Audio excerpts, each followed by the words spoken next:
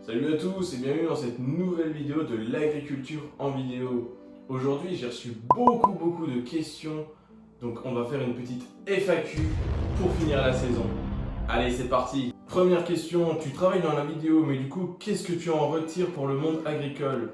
Franchement, beaucoup d'expérience. J'en ressors vraiment grandi. J'ai découvert le monde de la vidéo il y a 2 ans en rentrant en alternance dans une coopérative agricole pour faire de la vidéo. Au début, clairement, je faisais des vidéos sur un téléphone, le montage sur iMovie sur iPhone. Et là, aujourd'hui, je crée une chaîne YouTube pour mon mémoire audiovisuel. Donc clairement, il y a eu un monde entre moi il y a 2 ans et moi aujourd'hui. Du coup, j'ai pris le parti de filmer uniquement avec mon iPhone pour ce mémoire audiovisuel. Également avec une perche à selfie que voici. Donc c'est une perche à selfie relativement simple, notamment pour les plans où j'interviewe l'agence de production Wolfilm.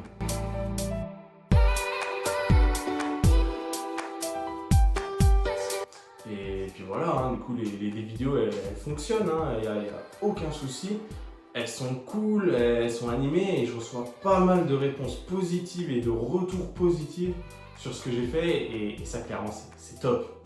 Deuxième question, quel est le but final de ta chaîne?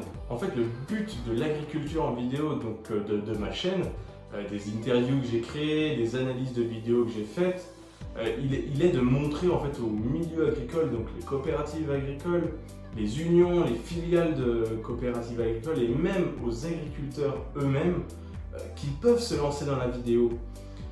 Il y a de la place pour eux pour parler d'agriculture dans le cadre vidéo, que ce soit sur les réseaux sociaux ou sur YouTube, ou même peu importe la plateforme. Clairement, n'importe qui peut produire une vidéo aujourd'hui, même si après la qualité et le discours ils seront peut-être à améliorer plus tard, mais il faut qu'il y ait de la communication et je pense que plus il y aura de communication du monde agricole, moins il y aura d'agribashing. Donc j'invite bien évidemment le monde agricole et tous ses acteurs à communiquer de manière globale et aussi à communiquer via la vidéo, puisqu'il s'agit du moyen le plus attractif, le plus efficace et il est extrêmement en vogue en ce moment. Troisième question, je suis un agriculteur en Bretagne, on salue la Bretagne bien évidemment. Tu sais ce qui m'empêche de faire des vidéos? Le temps. Et je ne parle pas de la météo. Très rigolo ce petit commentaire. Alors oui, c'est totalement vrai. En plus de prendre beaucoup de place sur vos appareils, il faut avoir du temps pour faire une vidéo. Je prends l'exemple par rapport à la photographie. Il n'y a pas ce côté instantanéité du produit. Quand on prend une photo, si elle est bien, elle est bien. Il n'y a pas trop à la retoucher.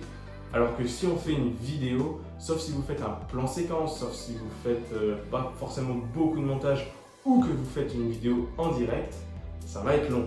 Entre le tournage, le dérage qui consiste à sélectionner les meilleurs plans, l'export des vidéos sur un logiciel de montage, l'étalonnage, la colorimétrie et enfin l'export final de votre vidéo, ça prend du temps, forcément.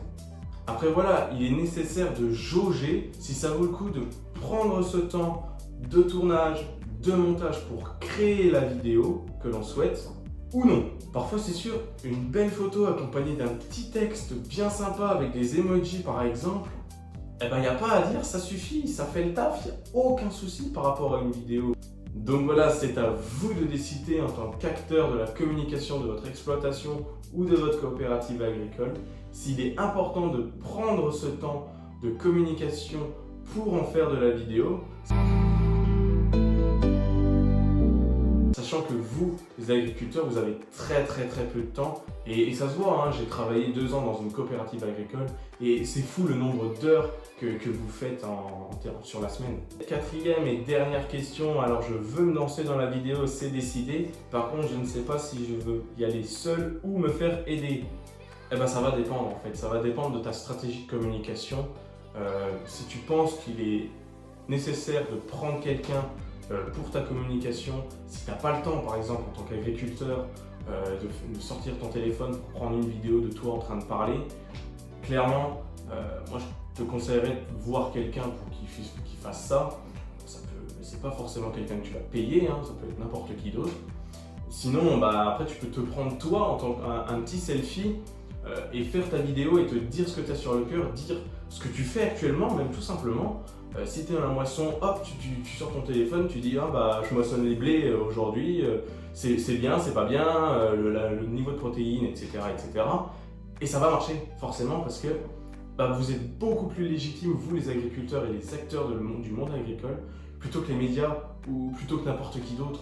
Donc on va vous croire et on va même adhérer à vos vidéos, qu'elles soient travaillées ou non. Le mieux, ce serait qu'elles soient travaillées, hein, c'est clair et net, avec une bonne qualité d'image et un discours qui est un peu plus travaillé. Mais si vous le faites à l'arrache, ça marchera quand même. Du coup, mon conseil, vous vous lancez dans la vidéo. Si vous ne le sentez pas, faites-vous aider. Si vous êtes à l'aise un peu avec la vidéo et si vous avez un bon smartphone pour faire de belles images, clairement, vous pouvez être tout seul. Surtout si vous commencez dans la vidéo. Voilà, vous prenez à la sortie de votre tracteur, à la sortie de votre camion ou autre. Et voilà, vous faites une petite vidéo de 5 minutes et vous dites ce que vous avez sur le cœur, vous dites ce que vous faites et ça va matcher, c'est sûr. Voilà, merci d'avoir regardé cette vidéo, c'était sûrement la dernière de l'année. Désolé si j'ai pas pu répondre à tous les commentaires, mais j'en ai reçu énormément sur Twitter et en commentaire sur YouTube. Mais voilà, j'ai voulu clarifier certaines choses que j'ai dans cette FAQ et mettre à plat mes recommandations pour faire une sorte de conclusion de cette première année pour l'agriculture en vidéo. J'espère que ça vous a plu et rappelez-vous bien d'une chose, le monde agricole n'a pas à avoir peur du monde de la vidéo. Allez, ciao!